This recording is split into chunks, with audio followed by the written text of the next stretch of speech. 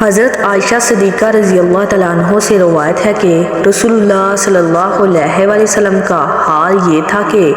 جب ہوا زیادہ تیز چلتی تو آپ کی زبان پر یہ دعا جاری ہو جاتی: اے میرے اللہ، میں تجھ سے سوال کرتا ہوں اس ہوا کی بھلائی کا اور اس میں جو کچھ ہے اس کی بھلائی کا، اور جس مقصد کے لیے بھیجی گئی ہے اس کی بھلائی کا،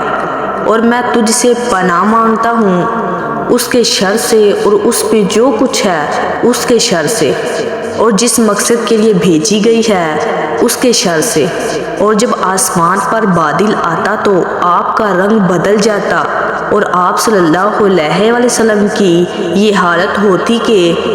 کبھی باہر آتے، کبھی اندر جاتے، کبھی آگے آتے، کبھی پیچھے ہٹتے۔ پھر جب بارش ہو جاتی اور خیریت سے گزر جاتی تو یہ کیفیت آپ سے دور ہو جاتی۔ حضرت عائشہ صدیقہ رضی اللہ تعالیٰ عنہ نے آپ صلی اللہ علیہ وسلم کی اس حالت کو سمجھ لیا، اور آپ صلی اللہ علیہ وسلم سے پوچھا کہ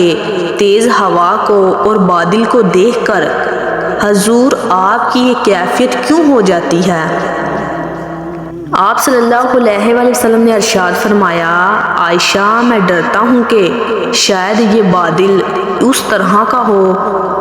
جو حضرت ہود پیغمبر کی قوم عاد کی طرف بھیجا گیا تھا، جس کا ذکر قرآن مجید میں اس طرح کیا گیا ہے کہ جب ان لوگوں نے اس بادل کو اپنی وادیوں کی طرف بڑھتے ہوئے دیکھا تو خوشی ظاہر کرتے ہوئے کہا کہ یہ بادل ہمارے لیے بارش لانے والا ہے، حالانکہ وہ بارش والا بادل نہ تھا بلکہ آندھی کا ہلاکت خیز طوفان تھا جو ان کو تباہ کرنے کے لیے آیا تھا۔ حضرت عائشہ صدیقہ رضی اللہ تعالیٰ عنہ کی اس حدیث کا حاصل اور مقصد صرف یہی ہے کہ حضور صلی اللہ علیہ وسلم کے قلب مبارک پر اللہ کے خوف و خشیت کا ایسا غلبہ تھا کہ ذرا ہوا تیز چلتی تو آپ گھبرا کر اللہ تعالیٰ سے اس کے خیر کے حاصل ہونے کی، اس کے شر سے محفوظ رہنے کی دعا کرتے، اور جب آسمان پر بادل نمودار ہوتا تو اللہ کے جلال کی دہشت و ہیبت سے آپ کا یہ حال ہو جاتا کہ کبھی اندر جاتے، کبھی باہر آتے، کبھی آگے بڑھتے، کبھی پیچھے ہٹتے۔ آپ کی کیفیت اس خوف اور ڈر سے ہوتی کہ کہیں بادل کی شکل میں ویسا عذاب نہ ہو جیسا قوم ہود کی طرف بھیجا گیا تھا،